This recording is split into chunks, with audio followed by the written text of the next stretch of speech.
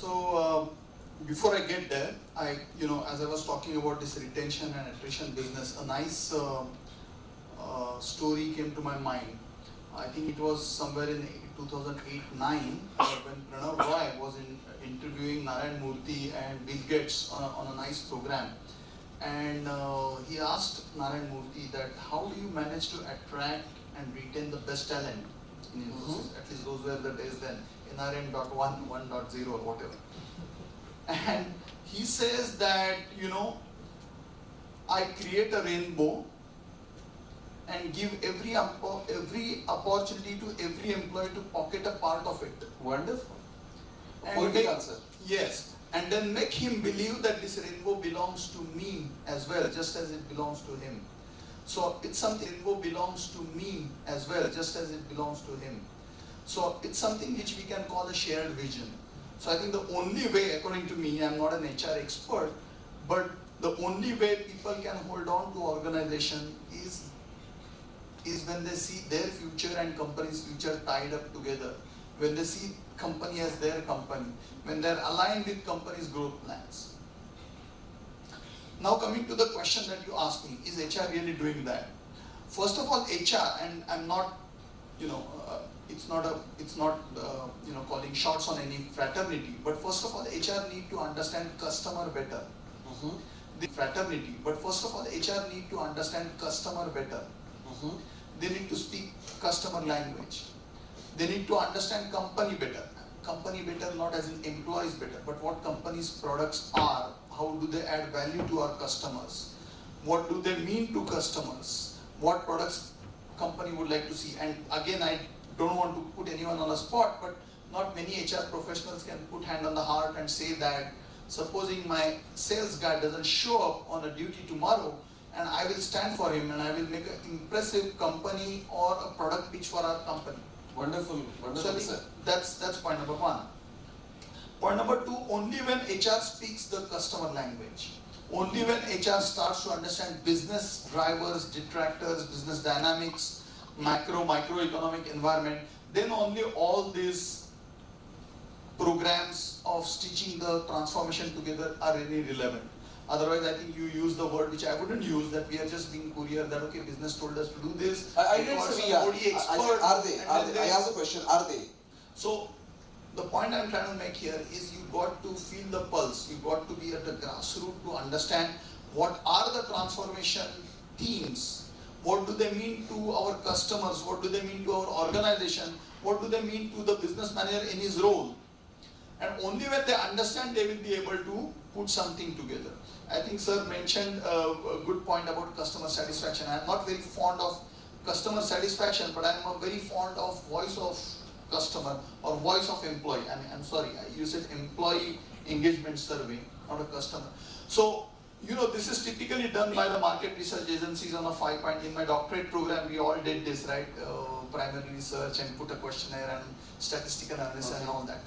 Instead, I would urge that HR managers, if they want to put this transformation themes together, need to spend time on the field with the people who spin wheels for the company, who get business for the company, who deliver business for the company. In the process, also understand what customer needs are. Make up their own mind as to what is required from the grassroots level, what are we deficient in. So otherwise that need gap analysis and training need identification and IDPs and all this are based on just an interaction on one-on-one. That doesn't work because then you are far away from grassroots reality. So I think they need to participate, and there is all this concept of HR business partner that is fancily spoken of. All HR business partner does. You wanted somebody like him in this panel. Probably spend time with that business unit, but what we encourage is the HR spends time in the field, because that's where really the things are made or marred. Only when they do that, the business is ingrained. Only then the customer's voice is ingrained. Only when the customer's expectations for products for tomorrow, solutions for tomorrow start coming in, and all that comes in, then you can start putting together that what kind of journey the company would like to embark on in terms of its new age product offerings, service offering, business model offerings. And when that blueprint is made, it is like a balanced scorecard, right? That you know your financial performance, you know your operational performance, you know your processes, and then comes learning and development. So unless all these are seamless, they cannot put it together. And unfortunately, since the topic is about HR, we feel that there is a lot that is, since the topic is about HR, we feel that there is a lot that is left desired. HR managers, I don't think they are doing adequate to know what really requirements are, and based on first hand, and based on that they are putting together. Effort is definitely on, but HR job is far from what it used to be in the good old days, which is hiring, firing, combine, R&D, sitting in a nice AC environment. No, doesn't work. Okay. Anymore. Big round of applause for sir. And the context here is, very humbly, he said, I'm not an HR expert. And then he discussed all that which an expert could talk about. But the important point here is, majority of us who are HR managers, we are cabin managers. He rightly said, majority of us, I'm not saying whole fraternity, but some part of this fraternity, some chunk. And that's the reason we don't know what is going on field, we don't know what is going on shop floor, and we come up with some fancy ideas, some presentations and all that. So when I said, is it like doing like a courier boy, who takes something from business and then delivers it to employee, or maybe courier boy to the customer? So the idea was the next question, which is to Jen. And Jen, may I have a liberty to ask some personal questions to you? Sure. Are you married? Yeah. Okay. Since how long? Just 3 months. Okay. So love marriage, arranged marriage? It's arranged. It's arranged. Okay. By any chance you have had a girlfriend? Yeah, I do. So when it comes to relation, and when relationship is not going good, whether it is an affair, whether it is a marriage, whatever, guys, do we do survey? Whether my wife is not, she's not good with me, or I'm not doing well. Do we do surveys when it comes to family? Kids are not happy with it. Do we do surveys when it comes to family? Kids are not happy with it. Do we do survey? No. Why you need a survey when it comes to issues? Are they not your employees? Are they not your team members? Why you need this formal set of process, as rightly pointed out by sir, and then you come to know something which is after 1 year, and there's a gimmick here. Surveys will be done before the appraisal cycle. So HR will say, we are done with the survey, we know the pain points, and we are working on it. So meanwhile your appraisal is over. And in another appraisal they'll say, basis last survey, we implemented this, and in coming survey we'll come to know, and certainly we have progressed. So 2 appraisal cycles are already over. How do you see this? Why do you need a survey here? Okay, so first, we don't use this survey as we don't link this survey to PMS. After this question, you will not. No, we do have a balanced scorecard system, so where we... But how do you know the pulse then? How do you know the pulse of employees? Okay, so first I will answer the question, Yes. like why this survey. So, how many of you have premium cars? Okay, so you must visit the premium car dealership. So have you ever seen the culture of dealership in between maybe whatever the 2-3 hours you spent in that dealership? So have you ever seen the culture, how they react or how they act like that? So when it comes to a single owner dealership, so it's like a Lala company, right? So they don't follow any culture, they don't follow any process. They just know the output of the employees. It's like, okay, I do have 100 employees, so I must sell at least 400 cars. So it's just a Lala company. I can say the Lala company only. But why we have started this survey is the reason behind the survey is like we want to set the culture across India. There are 40 dealers across India. Jen, yeah. Excuse me. I'm not personalizing it. Yeah. It's a general question for HR fraternity. I mean, my concern is not yours as a case, Right. but generally when we talk about HR fraternity, why HR would need a survey to know what is the problem, where is the pain area? Okay. So even there are lots of companies which follows the whistleblowers. So whistleblower is again a type of survey. It's not a half yearly or quarterly. It's maybe a day to day. You can get the feedback, but it's a survey. So what I feel is it is required. If like there are employees, they don't directly interact with the HR, or they don't. They are afraid. Kind of there will be some hassles or kind of. So what they do, they'll write some notes, or they'll write their issues and they'll send it to whistleblower, or they'll just pass it to HR. So it's kind of survey only. It's kind of survey. Okay. Yeah. Sure. Yeah, I was coming to you, in fact. May I? Yeah. You may please explain. Please, Yeah, please. Please. I'll respond to your survey part, and then you can Ask one more question to you. You see, surveys are important. Let's not undermine the importance of surveys. Right. Surveys are done by Harvard's, Gallup's, which are world-renowned organizations. They have very, very scientifically designed process of doing the surveys. They totally eliminate any possibility of biases. There is a discretion there. There are questions that make you think. There is a lot of science. I mean, survey instruments are designed based on lots of research. So you can't. I mean, it's almost like saying that you know your body well. Why do you need to go for a diagnostic check? Almost like saying that you know your body well. Why do you need to go for a diagnostic checks? You do that once in a while to make sure that what you know about your body and what outside perspective you get, or what scientific assessment you get, is kind of sync. So survey is not scientific assessment you get, is kind of sync. So survey is not substitute for having a thick employee connect. No way. Yes, absolutely, HR can put a finger on the pulse and know what's happening in the organization. That doesn't still take away the survey part, because there is a element of third party, independent, bias-free assessment based on the scientific practices, designing of instruments, and typically the surveys don't give you results, they give you insights, which means they translate the data collected out from survey, analyze, synthesize, and draw some insights from that. And they don't only stop there, they further advise you the remedial actions, corrective actions, which have worked around the world. So you are trying to go to a physician who is going to go put you through a test of diagnostics. He is going to understand the results, he is going to decode the results, he is going to prescribe the practices, he is going to tell you what works for who. So why do you need survey is not a matter of choice anymore. So why do you need survey is not a matter of choice anymore. You do need it. That doesn't substitute for a thick HR connect or relationship as we spoke. That was the answer to that question. Now I am happy to answer as we spoke.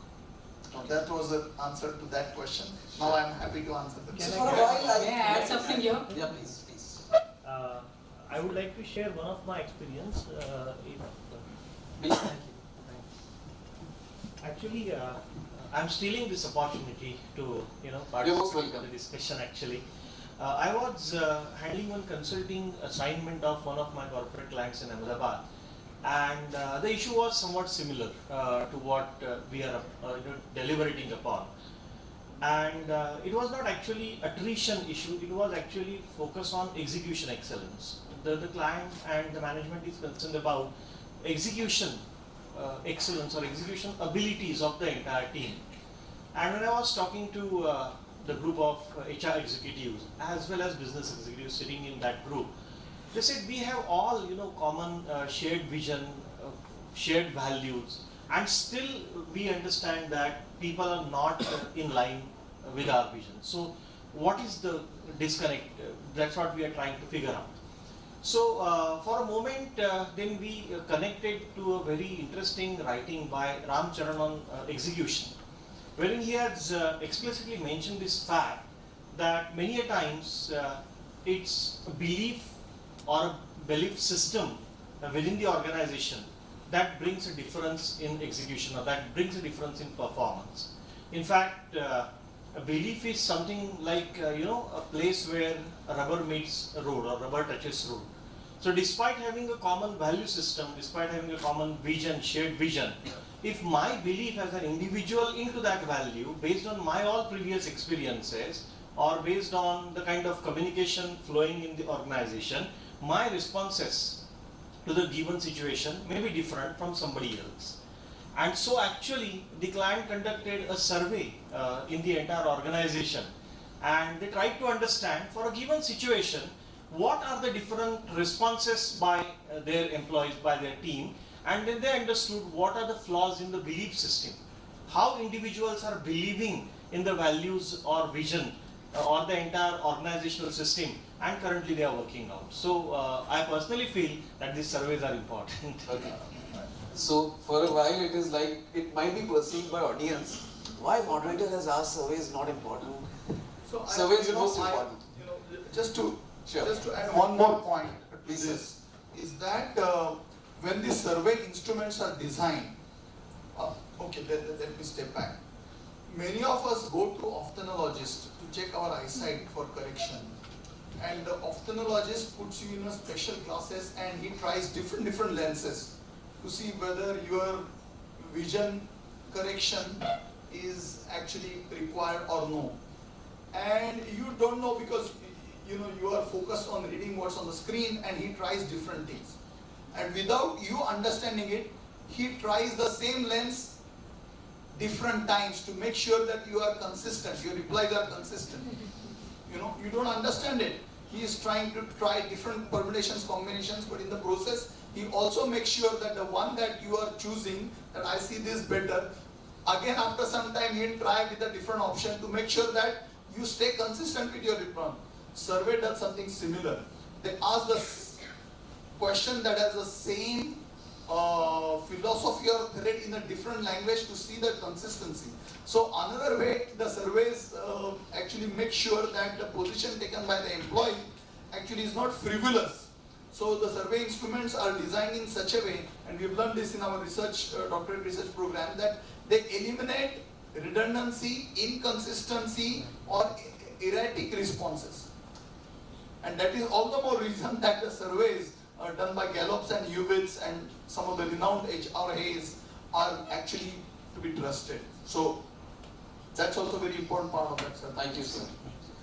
So guys, I'll quickly touch base this. My job is of moderator, but let me step back for a while with your permission and comment on this subject. I had an opportunity to design surveys. I had an opportunity to do surveys also, and I did it. 4 surveys I did, right from climate survey to ESAT. What you said, I also agree to you, and absolutely we are on the same page. But question was perhaps different. Question was not about whether we should do survey or we should avoid it. My point is, at the end of the day, results of surveys are divided into 2 parts. One is basic needs, which an organization can certainly do. And second part of it is luxury. And especially when, anybody from manufacturing HR? When you are from manufacturing side and you get some inputs related to luxury needs from employees, the moment you take an action, your union will say, if you are doing it for staff, humne kya guna kiya? So you need to be non-biased. At the same time, you need to be rational also. So point is not about survey. Point is about, at the end of the day, your priority as an HR would be mitigating or to work upon basic 3-4 points which are coming out of survey. For example, canteen. This is one side of it. Second side of it, of this question is, in mid-sized organizations, I have personally seen sometimes HR fear to point out certain issues in the organization. Surveys are big time tool to get an idea, and especially when your principals are from Europe, America, organization will have no other choice but to act on it. So this is a perspective which I wanted to share. I believe you agree, especially when you're working with mid-sized organizations. But point is, for basic needs, for basic things like canteen, like transport, like performance management system, if I'm contributing to the organization, whether it is getting counted. I mean, these kind of things, basic needs, Monali, why you need a survey for this? This was a question. From this I am coming to another point which is connected with this, and that is, as somebody has said, I think Chief Guest has said this, in 2020 it is understood, he's advocating it, okay. So, we all will be out of HR, right? Because 2020 no HR. So there was some book also at global level, recently there was some HR, World HR conference, there also somebody has advocated this, discussed on this. Presuming, hypothetically, if it is so, what is the reason? Personally, I have a different opinion. In fact, I will come. so I think, as Sir rightly said, there is a lot of digitization which is happening. Okay. You have group of people sitting together, 5 people, 5 friends sitting together. You will find most of them are busy with their mobile phones than talking to each other. Stop it? Talking to each other. I'm saying stop it. Don't allow people to come with mobiles inside the office. That is the scenario which has gone. We cannot stop things now. Okay. I think the generation which is coming in now, they are looking for kind of free hand. Gone are the days when I say you do. Okay. I think that is what managers need to understand. When we talk of millennials, the most important aspect is how do you involve them. Yeah. They have got tremendous energy, they have got exposure to best of the technologies.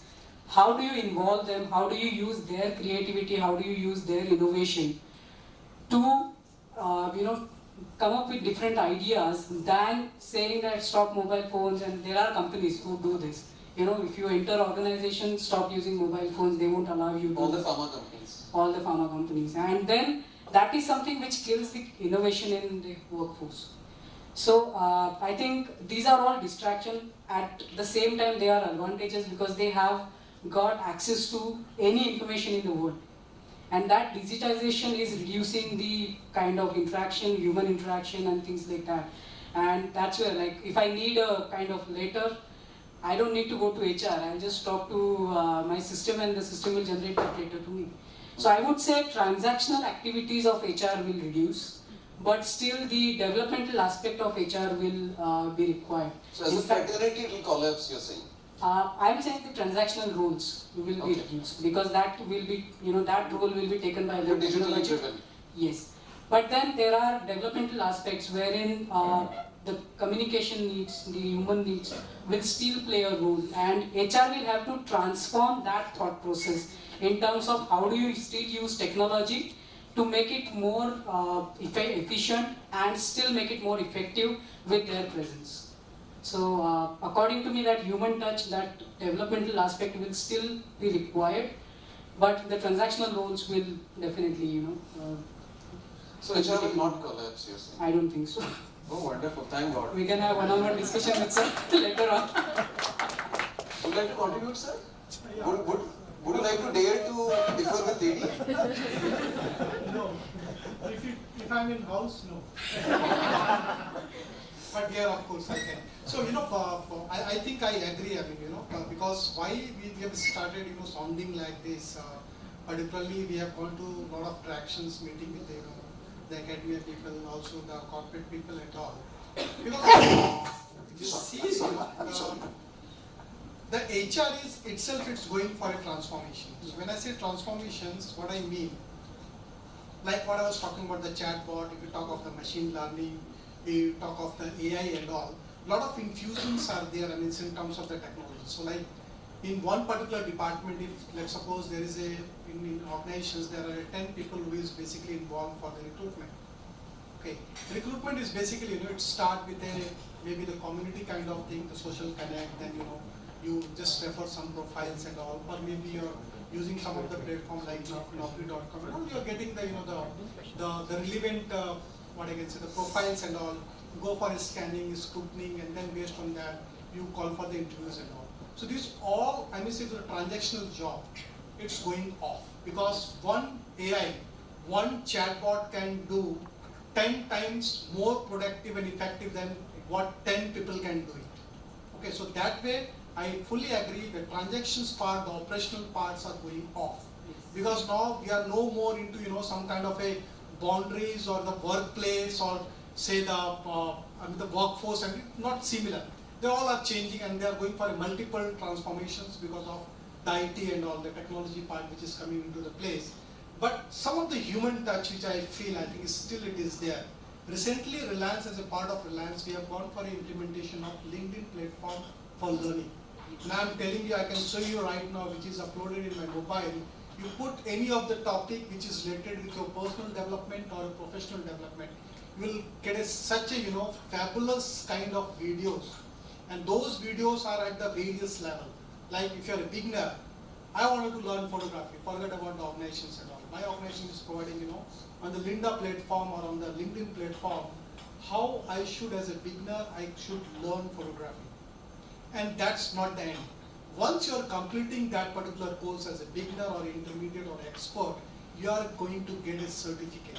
Because if you're a learner and if you get certified, say by some professional institute or say some professional institute or colleges, I think you are through. At least you have some kind of a testimony you can show it. So in LinkedIn, if you are doing some particular course, that course will be properly recognized across the industry. So like in Six Sigma, if you are doing a course which is a preliminary course called Green Belt, you will get a certificate of Green Belt, and that also virtual as well as the hard copy with you. So if you see the learning platform also, if you are putting people, I mean, if it is a very, I can say a very soft kind of skill, and you want people to come into the classroom, gone are the days. They are not available to come for 2 days. We have a lot of opportunity cost is also killing there. 2 days leave from the workplace is coming to the classroom. This is changing, but I'm not saying it's changing drastically. And each and every step, what I'm seeing, HR is being challenged, because HR is not to only do the facilitation kind of thing. If you'll see the changes which is happening initially, if you'll see the Dave Urich, who is the father of HR and all, he said initially when we started HR, they were more confined to the administrative role. Now the second level which came, you started talking about defining HR process, HR policy, HR system and all. The third part which has came, they started to play a role of a business partner. You see, in most of the organization, HR is playing a business partner. I think you also mentioned a lot of 17, 18 currently. If there is no HR, it's all digitization, it's all digital platform. Who is going to act on it proactively? Unfortunately, if somebody has failed, then reactively. Who is going to act and how?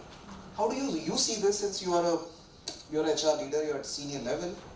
So how do you see this? I think it should be a combination of the business with HR, because when you say IR, and frankly speaking now, if you go back to 15 years back, when a lot of the IR issues was there. When you see 20 years back when we started about talking about the computerization, a lot of hue and cry.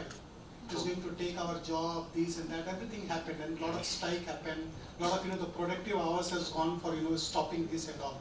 But now where is IR?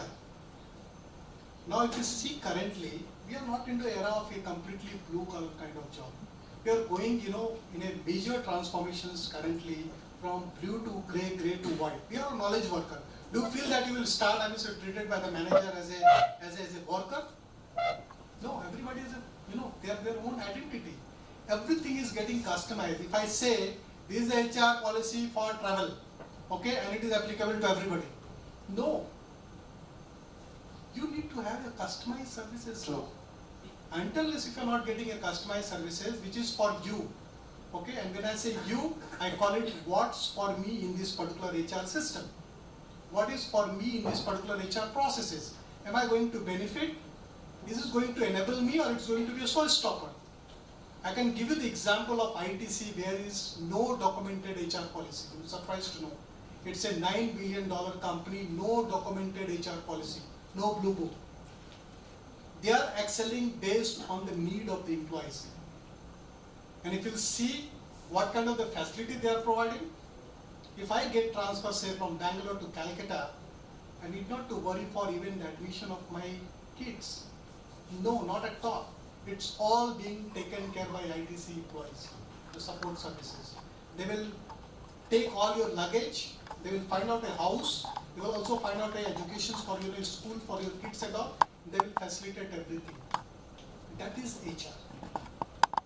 it's not HR, there is a policy, as per the policy, you're not eligible to take 2 truckloads of your, Majority of the times luggage. not eligible, and this terminology is So comes. HR needs not to be a police kind of thing. There should be, something who can standing there to help you, to support you, to enable you. So the role which is changing, from IR, I'm saying, now IR word is gone. It's a history now. We are saying employees relation. It's not industrial relation. So if you see the IT, IC, Majority of the companies, it's all going. It's going off, I'm telling you. And going forward, once we'll get into a knowledge kind of economy is already there.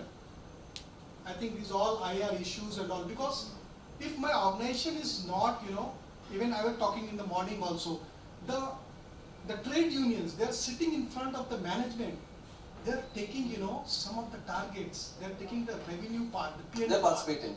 So they're becoming, from not participating. It's a next, I'm saying not participating. They're going for an involvement. They're going for a commitment.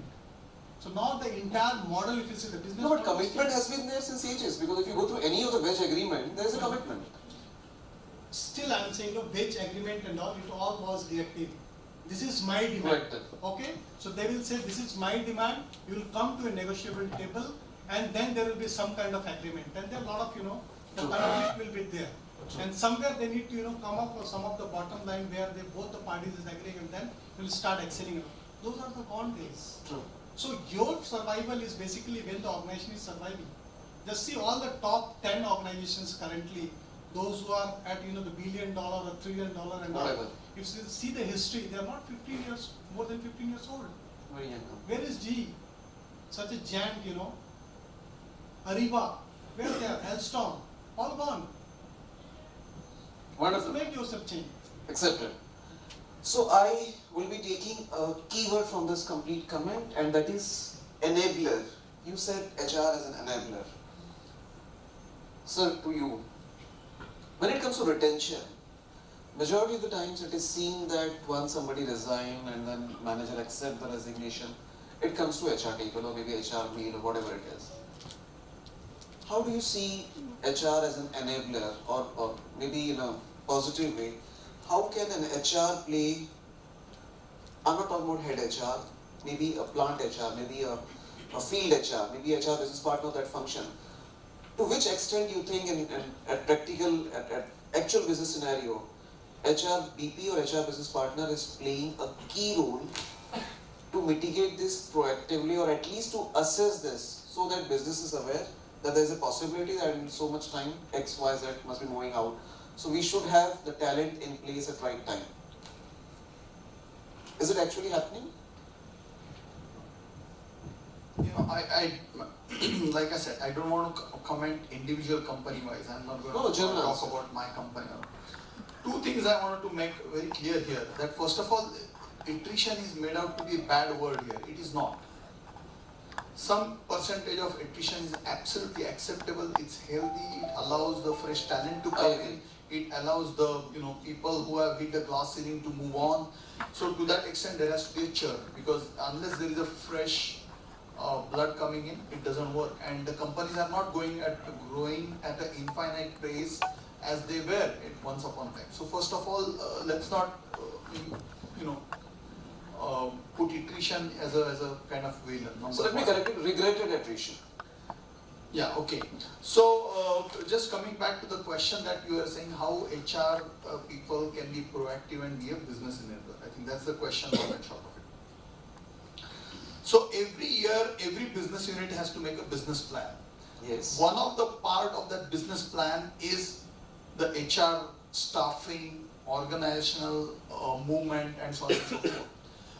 And then typically you see the HR guy participates into business plan making process only to that extent कि कितने लोग चाहिए बढ़ाने के लिए घटाने के लिए कितने लोग मैं कहाँ से लाऊंगा and all that, and then 8% story ends and then he is on. What you really need when you call enabler, and I think I have made it clear in my earlier conversations, that you need a HR person to be part of the whole business plan process, to be part of the review process, to be analytically, you see that HR is a part of the business reviews most of the time. and his antenna is up only when there is a graph on cost, employee cost, retention, learning and development man hours, and so on and so forth. Rest everything he is sitting and having a coffee.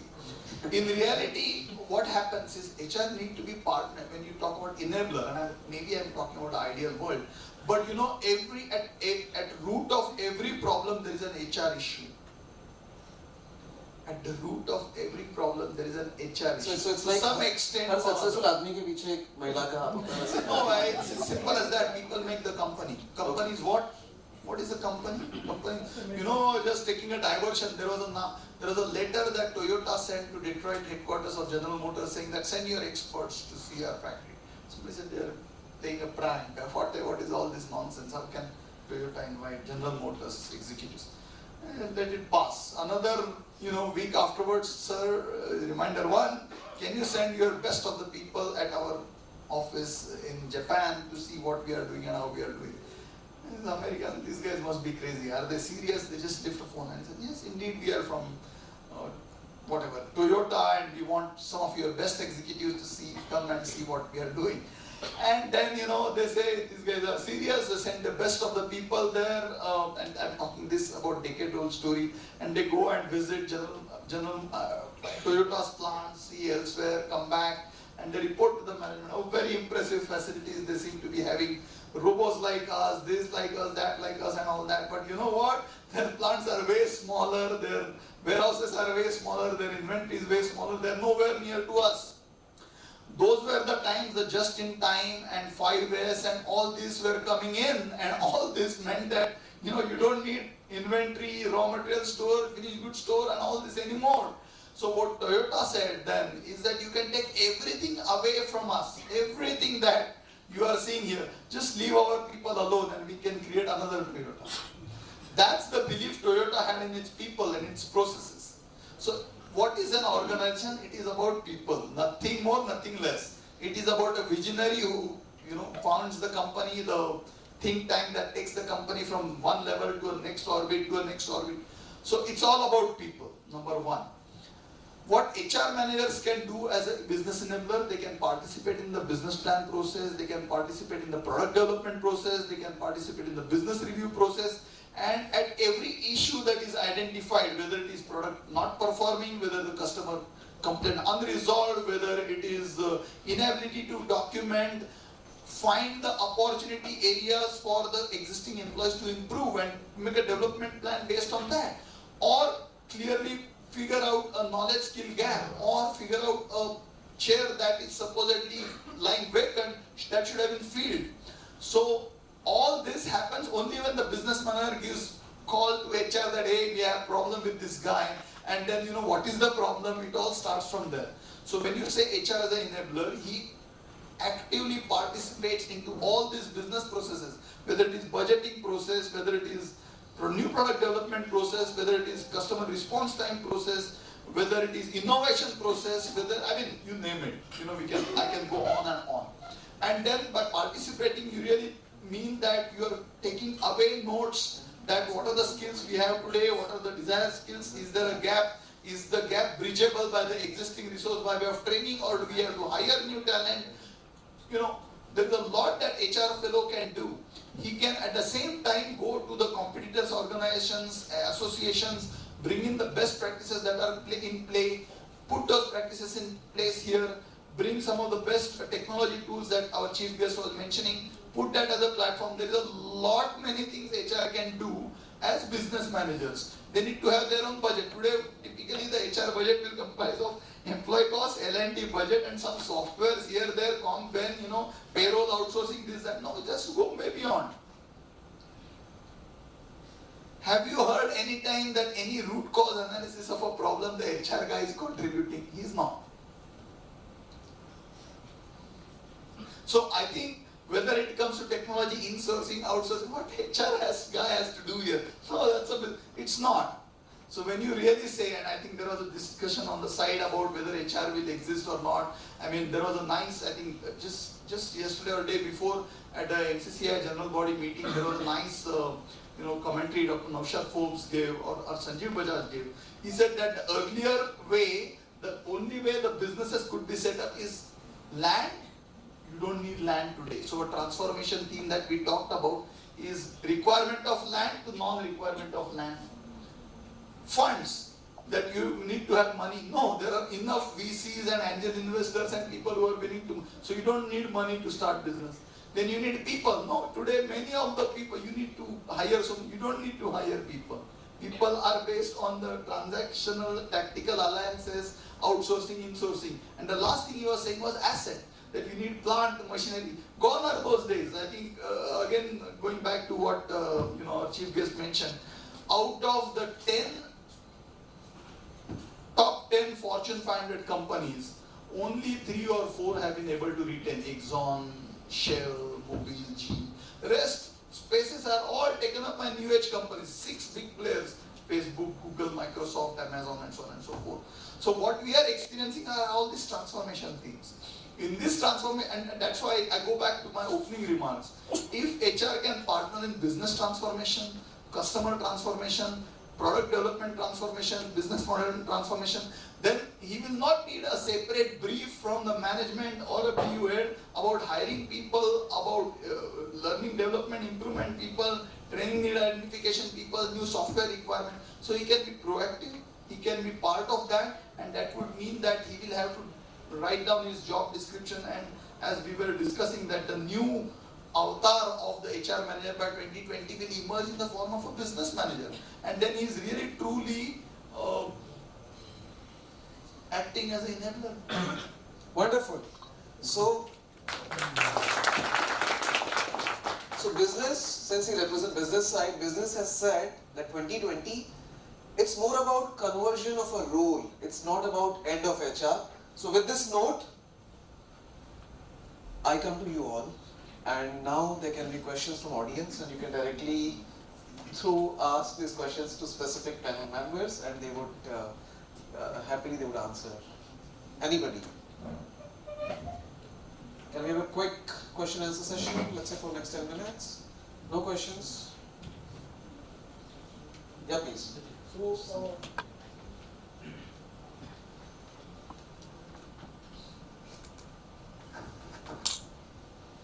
good afternoon all. Good afternoon all.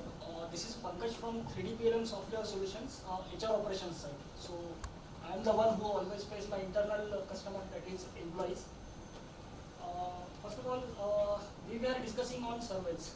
So why survey is important? So I have one short answer. That is to identify the gap and to improve our internal processes. That is what the need of survey, which was missing in our discussion. 3D PLM is the company which always participate in the surveys like Great Place to Work and all these things. So may I request something with your permission, if you allow me, very politely? I request questions. Yeah, I will come back to question. No, after the setting focus the is questions, scenario. because for comments we had somebody, we have paid them. Yeah. So, so Yogini has not said we have additional budgets. That we can't avoid. So, do you think the creation of experience within the organization is important? It will help transforming as well as it will help to reduce the attrition. It will help to retain our employees. So business has taken the opportunity. Okay. Who are you asking? Yeah. Specific to Jayant Patil. Okay, so creation of experience is obviously required. Like how means like the employee gets tenured in an organization. The more he get tenured, the more experience he gain. The obviously he gets that knowledge. He knows the vision. Means like they gets generally they get aligns to the organizational goals. And whatever the output we required as a business, obviously that gets truly fulfilled by experienced people rather than the new blood.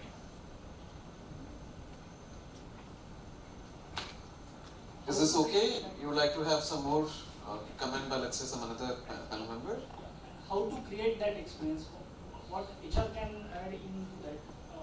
I guess Ravindra can answer this. Okay, So first thing, currently the companies are focusing on the retention. So retention, you need to create the retention benefits for the employees where you can retain your existing talent. Second thing, create internal job posting which we call as IJPs and all. So through that you can grow your internal talent rather than hiring, rather than spending money on recruitment.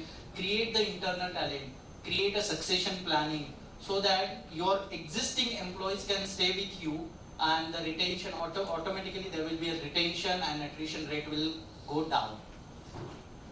Hope I answered. Praveen, would you like to add something here? No. Thank you, Chair. I'm sorry, what was the question? Do companies need an experience center? After creating the experience, Huh? how HR can help Contribute. to contribute. How can HR contribute to create that? What experience? Any kind of experience which will help to retain the employees. No. So why do you want to create an experience center? You can actually put them on live assignments.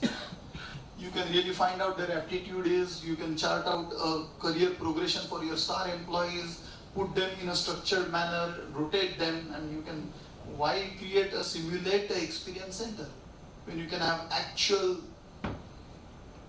career progression laid out for your star employees? I don't know, I'm asking, does that answer you, or that's not what you want to hear? I'm thinking on the same.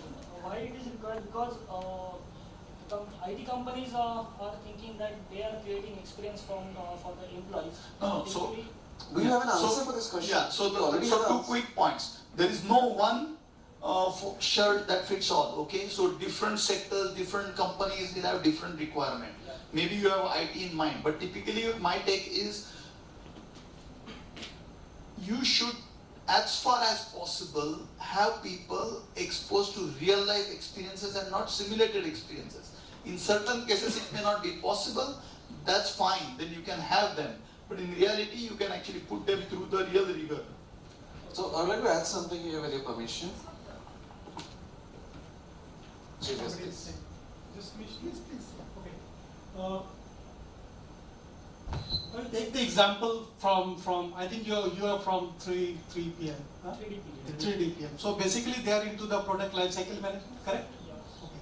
So I will take the example from your organization because you people are basically helping as a software to the business to develop the product. So when I say develop the product, it's basically conceptualization, Yeah. designing. So after designing, go for the production, and then also go for the logistics and reaching to the customers and all. Okay. So this is a complete cycle where you talk of individuals as a part of your organization is going to contribute for. Yeah. Okay. Now the next I will take as an employee, because it's basically when you are producing something and taking it to the market, you are giving some kind of warmth to the customer. Yes. Warmth. That's the feeling of warmth. Okay. So as a HR, if an employee is joined in your organization, what kind of experience you wanted to give him so that you can not only retain but also bring some kind of motivations or a fire in him so that he should continue to produce a better productivity or should continue to contribute to the outcome of the organization. So what kind of the environment as an employee, as a HR you are providing to the employees to have a warm kind of experience in the organization. So be it starting from a recruitment, onboarding, then getting into the performance management, getting for say the skill development or say learning and development kind of thing, and then getting into the complete deployment and monitoring. So the experience which you are giving to the customer, can you bring that particular experience to your employees? That is going to be bringing a warmth to your employees. And that should be the effort of HR to provide a employee's experience throughout the cycle of the organization. So your contribution will be there. So hope I have answered your question. As the employee's experience, whatever the experience you are giving to the customer by developing a product lifecycle management you call it, Yeah. are you giving the similar kind of the environment or the warm feeling to the employees so that they can not only retain but they also innovate, create and transform your business model? Obviously the answer is yes. Yeah. Thank you. Thank you so much. Anybody else? Yes, please. Hello. My question to Monali madam and Jayant also. What is your concepts of CSR activity and whether it is helping for retention?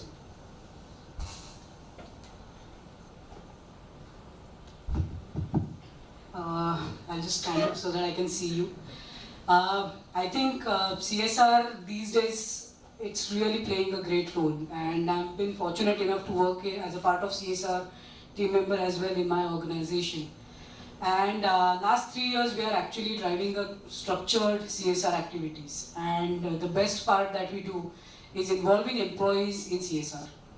And I can't express the kind of expressions people have when we actually go to a school, or we generally do it for schools with the thought process that if we can really enable them to learn new things, and if we can give them a good infrastructure, it would be helpful for them to build their career further. And a lot of employees are willing to participate in CSR much more. And that's a kind of pleasure which they get. There are people, if I don't do a CSR activity for 2-3 months for whatever reasons, they'll come and say, "Ma'am, next time kab ho raha hai?" And that is the experience. And when I'm talking, I have goosebumps, because the kind of expressions that you see on those children, the kind of happiness that you see, it's something that we don't really see in corporate world. There are challenges which people face day in, day out. And for them, going to a school, talking to those children, giving kind of goodies or some sort of help, and then spending time with them, that is something which really, and young generation, I think they are very much for this. In fact, a lot of our CSR activities are led by our young talent, and they are driving us, they share ideas, what should we do. So I think that really plays a very important role, and that's a kind of engagement which we are talking about. So definitely we spoke about giving experiences. I think that is one of the experience that we can generate for employees, wherein that's a tremendous wow feeling when they go and do these kind of activities. Thank you so much. I hope I answered your query. Great.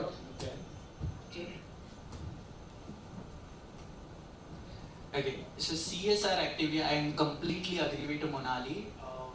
We recently had one CSR activity like we visited an orphanage, and we have donated whatever the stuff they required. So the entire activity was driven by my support staff, means like the floor staffs. They only initiate the activity, they only take care of everything. And the participation from employees, like 20 to 25 employees were participating in that activity. But rest, like whatever the employees I have, like almost 100 employees. So rest people were asking me, when are you going to do it, this activity next time? We want to participate. आप हमें नहीं लेके गए, next time हमें लेके जाना. So that's what means, like the enthusiasm created in those, means like in employees. It's like itself is a bonding, it's a culture building. So that really helps to the retention. See, out of the 4M, which is ingredient for any of the organization, man is the only thing wherein there is compassion. Machine will not have a compassion. So certainly anything which is connected with this will certainly have an impact. But respectfully, I'm not going to differ here, but what I'm saying is, you need to do it in line with your business requirement. For example, you're working with a manufacturing company, hypothetical example, the company is in shit, big time losses. And other side, HR has planned something when you're doing something when there's a huge investment or there's a huge cost which is involved in terms of, let's say you're making some school, or you're going to deliver some machines to some orphanage, when they can work something on these machines. So you need to sync with the business. At the same time, it should not be your strategy, it should not be your objective, your personal objective. It should come from people. As Jayant rightly said, Monali also said, what people are saying, we need to sync with that. It should not be an HR agenda, it should be people agenda. Further questions, please? Yes, ma'am? Okay, as a student, I would like to ask, how would someone as an employee should cope up with the changing skills set that are required to retain the job? Monali ma'am. we have not given this question to them. So if I understand your question correctly, you're asking how an employee can cope up with the changing requirements of skill sets, right? I think the first aspect, and we do face this challenge in corporate because a lot of people come from I know it all approach, wherein ये क्या सिखाएगा मेरे को, I know it all, I have Google in hand and I can access any information. I think let's be aware that the technology is changing day in, day out. And if you talk about an IT organization, every second day there is some different application coming, every second day there is some different language coming, and as employees we need to understand that if you don't upgrade, that is the end of your career.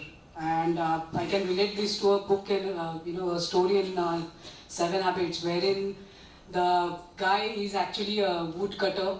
He goes to a person and says, I need a job. He gives him a job and says, okay, this is your axe, go and cut trees and you earn as much trees as you cut. And slowly, gradually, he observes that as the days pass by, he is not able to earn as much as he used to kind of earn earlier. And then the guy says, what happened? What's happening? Why my earnings are going down? And the person says, did you try to, kind of sharpen your axe? And he says, no, I have been very busy working, I didn't have time. And he said, that's the reason why you're not earning enough. And I think that's a story for everyone sitting here. It's never end to learning. Being from L&D, I think it's a great experience because every day you're learning something new. And if you want to stay competitive in this world, basic awareness that I need to learn is something very important. Basic awareness and acceptance that I may not know everything, there may be something that I need to learn. And once you accept that as a fact, once you understand that as a requirement, there are multiple avenues. As Manoj said, there is LinkedIn, there is Simple Learn, there are various other tools available. But the basic thing is, are you looking for it? Are you aware that you need to upgrade? And that awareness itself is missing at times is what I feel when I operate with my employees. And I think that's a very valid question, and we all need to stay updated with the current things happening and current technology. Avenues are multiple, but basic awareness is very important. I hope I answered your query. Wonderful. Thank you so much. Permission, may I add something here? Sure. One of the surveys by McKinsey in recent reports, McKinsey has said that next 4 years, I'm talking about local IT force, 40% plus IT force will be irrelevant. So that's a big inkling for us which is connected with learning. At the same time, as an employee, please don't be dependent on organization. Like what Manoj has said, they've got something for the employees, right? But at the same time, it is a duty of an employee to go to the LinkedIn site and do it. HR will send a couple of mailers, they'll motivate, they'll help you to do. But at the same time, it is your job, it is our job to do it. It cannot be it cannot be a push kind of scenario. A small anecdote. I was sitting with a gentleman and the scenario was an involuntary resignation case, couple of years before. And in this case, the person has said the technology on which he was working, there are not enough jobs in market. So when he'll be moving out, quite possible that he would be jobless for months and months. So the important factor or important learning here is, quite possible organization might not have given, in this particular case, enough opportunities to him. But it is also possible that opportunities which were given to him, he did not take it. So this is professional side. But personally also, it should be our endeavor that we should keep on learning so that we do not become irrelevant in terms of talent in future. Please, sir. No, I just wanted to, if the lady can stand up and ask the question. What was the question? Okay, forget it. Your question should have been, what skills I need to adopt to grow in my job. Someone like you cannot be thinking about how can I retain my job. Okay, that's the change I wanted to make. Wonderful, wonderful. Give that claps. How can someone like you talk, how will I retain my job? Not done. But did you ask that? So do you have a job in place? So let have a job in place. Okay, wonderful, great. Further questions, please. Last question maybe? So last question. All the questions are solved? Any student. Please feel free, it's an opportunity. Opportunity to join. Maybe by faculties? Please, madam. Good afternoon. Good afternoon, everybody. I'm associated with Marathwada Mitra Mandal since last 4 years as a HR faculty. We as the faculty members, and I think most of them will agree to me, we have a big time involving the not so interested students into activities like role plays or case studies or group discussions and everything. Jayan sir pointed out having a 20% difference in the attrition rate by just conducting the 1 minute game or else the employee engagement activities that you said. So how were you able to involve such employees who are at the job only for 9 to 5 maybe? I'll work, I'll get my salary and I'll leave. Wonderful. Very good questions. Very good question, Pai. Okay, so I'll give you the short answer. Then don't say you're going to join Marathwada Mitra Mandal after this conversation. You have vacancy, by the way. Sorry? You have vacancy. Yeah, we know. The doors are open for talent, definitely. Just prove your talent. I'll give you the short answer. Just give a ownership to your stakeholders. That's it. Nothing else you wanted to do it. Wonderful. Great. Please. What's wrong in having 9 to 5 job? I do my job and I leave. What's wrong with that? I'll do my job to the best of my abilities in 9 to 5 and that's it. And I have business to look after that. What's wrong in that? That is true, sir. My focus was attrition, to control attrition rate. So subconsciously we say that the people who are in 9 to 5 job, I'll do my job and leave, are the vulnerable people. Not true. People who are 100 times more committed than people who want to just hang on to do these other things. So don't judge them by just they're there to 9 to 5. Pretty good. Every reason why, in fact, we all should aspire to be that way. That's my advice to everybody. We should all aspire to do our job so well in the time that is allocated to us that we have, and this is a HR forum and I'm sad that nobody asked a question about work-life balance, which is the biggest problem today.